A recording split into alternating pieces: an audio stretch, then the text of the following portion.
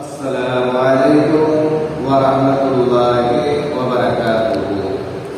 সমস্ত পর্দার অন্তরে মা বোনেরা এবং আমার জওয়ান যুবক ভাইদের কাছে আমি ওই অধম বান্দা গুনাহগার বান্দা আপনাদের কাছে আমি চারটি প্রশ্ন করব। কোন নবীকে আল্লাহ পাক সব থেকে ভালোবাসতেন?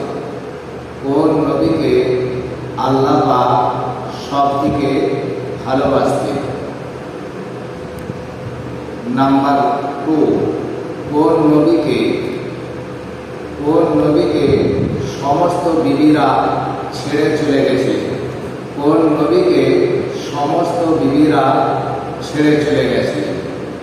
নাম্বার 3, কোন নবী আল্লাহর সঙ্গে কথা বলেছিলেন?